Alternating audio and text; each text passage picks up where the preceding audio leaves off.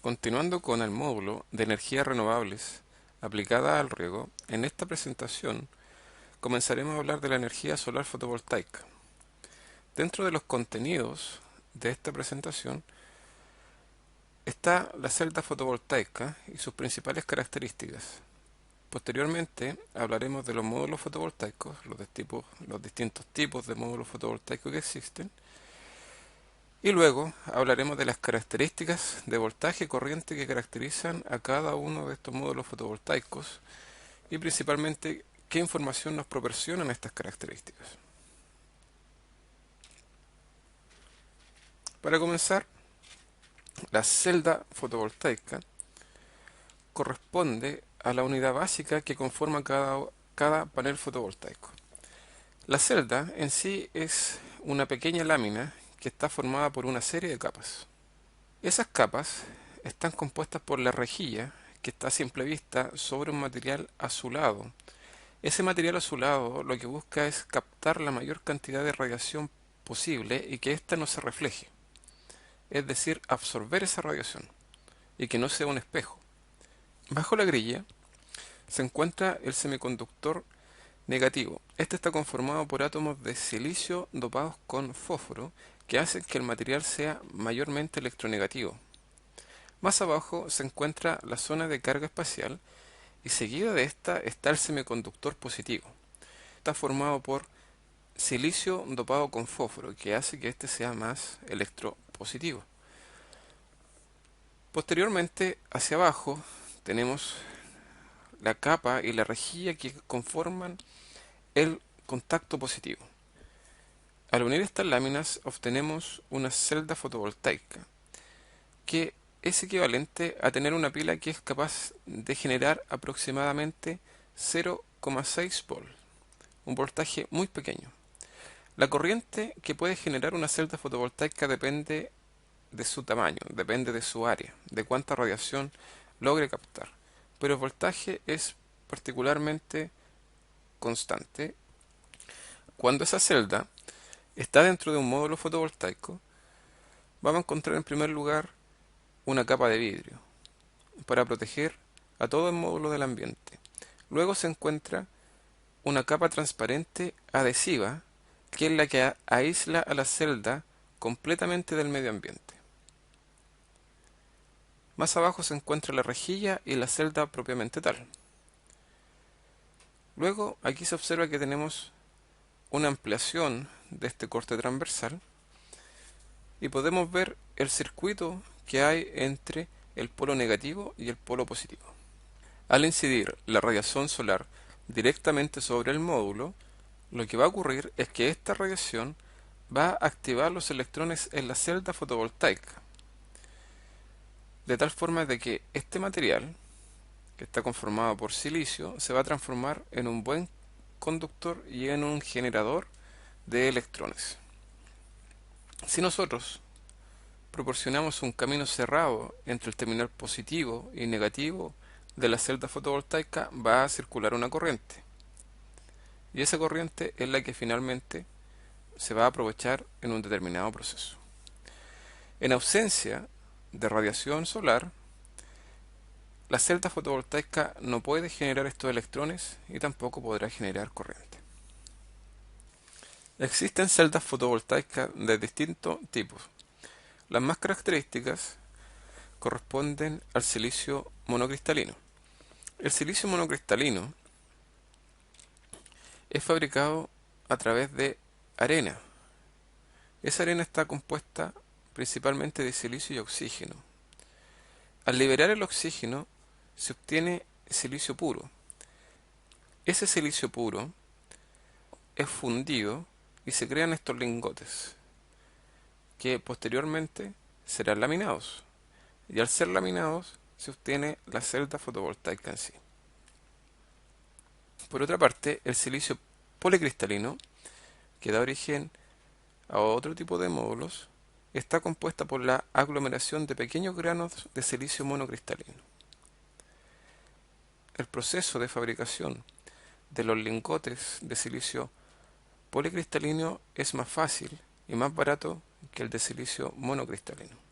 Pero Las eficiencias que se logran con, con este tipo de silicio es menor que con el silicio monocristalino. Esto se debe principalmente a la orientación que tienen los pequeños granos de silicio al conformar el bloque. Existen otro tipo de placas que están conformadas de silicio amorfo. El silicio amorfo se obtiene mediante otro proceso de fabricación distinto al silicio monocristalino y al policristalino.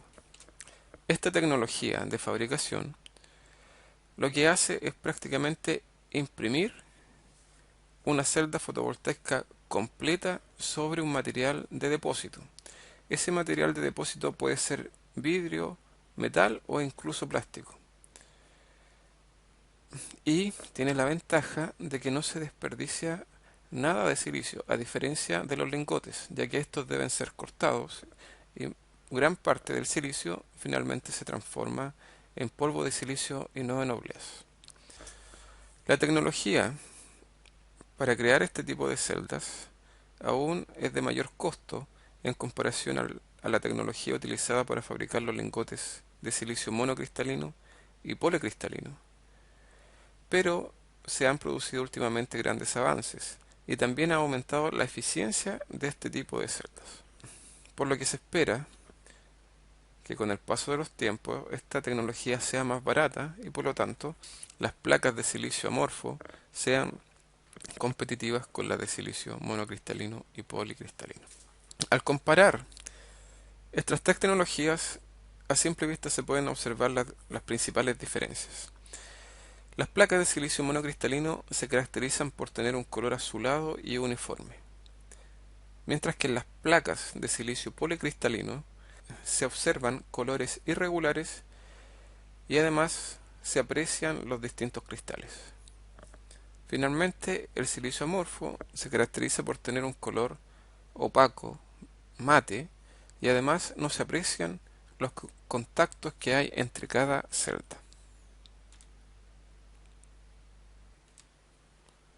Dado que la celda fotovoltaica genera un voltaje muy bajo, de tan solo 0,6 volt, es necesario conectar un gran número de celdas para lograr formar un panel que tenga el voltaje necesario para nuestra aplicación.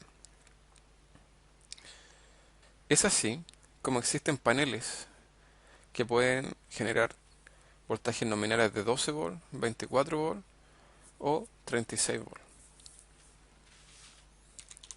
Por otra parte, de acuerdo a la energía que nosotros necesitamos para nuestro proceso, necesitaremos un arreglo fotovoltaico, es decir, la unión de distintos paneles con el fin de lograr capturar mayor radiación fotovoltaica sobre todo el arreglo y de esa forma también generar mayor energía.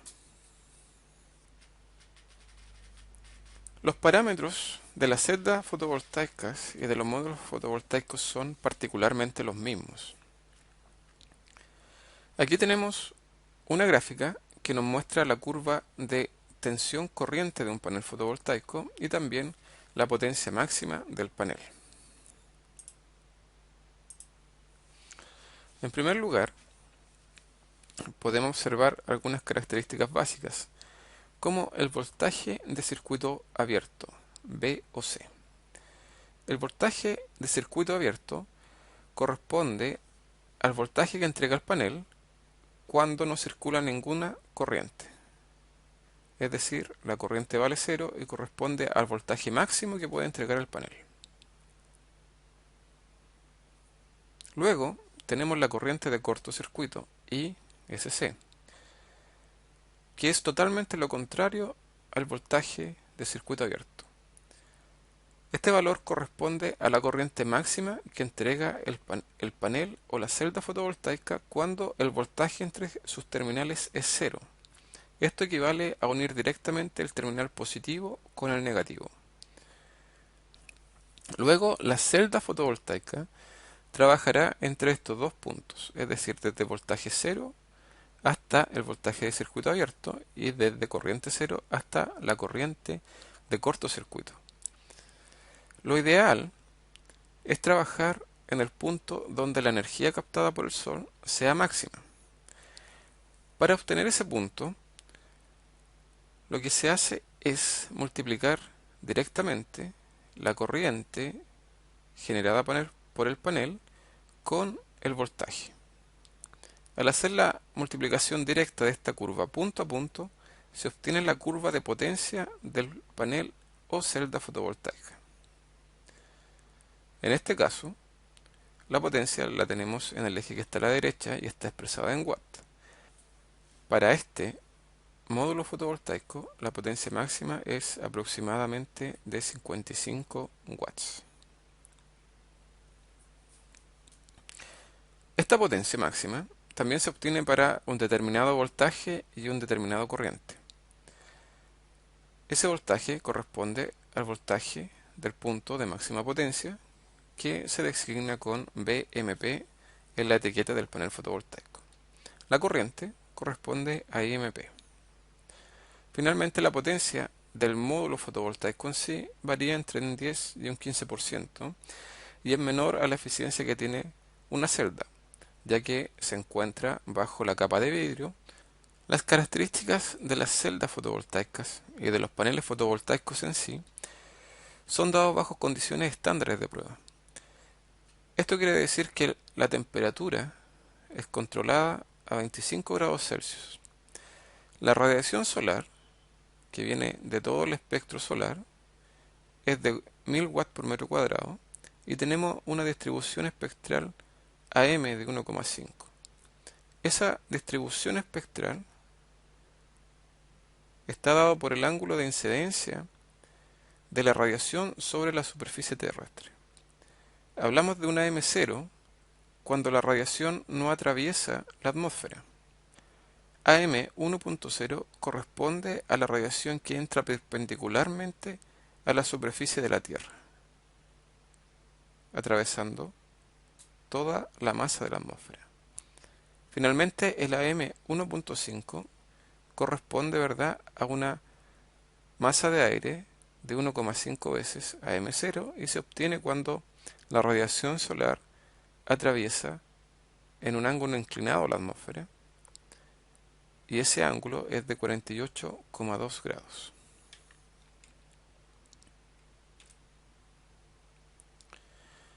Los módulos fotovoltaicos presentan variaciones ante la cantidad de radiación que incide sobre el panel. Aquí observamos cómo cambia la corriente para radiaciones que van desde 600 watts por metro cuadrado hasta los 1000 watts por metro cuadrado. Se observa claramente cómo la cantidad de corriente generada se eleva. La temperatura también afecta notoriamente la operación del módulo fotovoltaico y principalmente lo que modifica es el voltaje. Ustedes pueden ver acá temperaturas que van desde los 15 grados Celsius hasta los 65 grados Celsius, en incremento de 10 grados. Y podemos observar que el voltaje ha bajado desde aproximadamente 20,5 hasta 17 volts. El panel fotovoltaico en raras ocasiones trabaja a las condiciones estándares, que corresponde a 25 grados Celsius. Cuando nos encontramos en pleno verano, fácilmente un módulo fotovoltaico puede llegar a funcionar hasta los 55 grados Celsius. Por lo tanto, el voltaje bajará considerablemente y con ello también la producción de energía.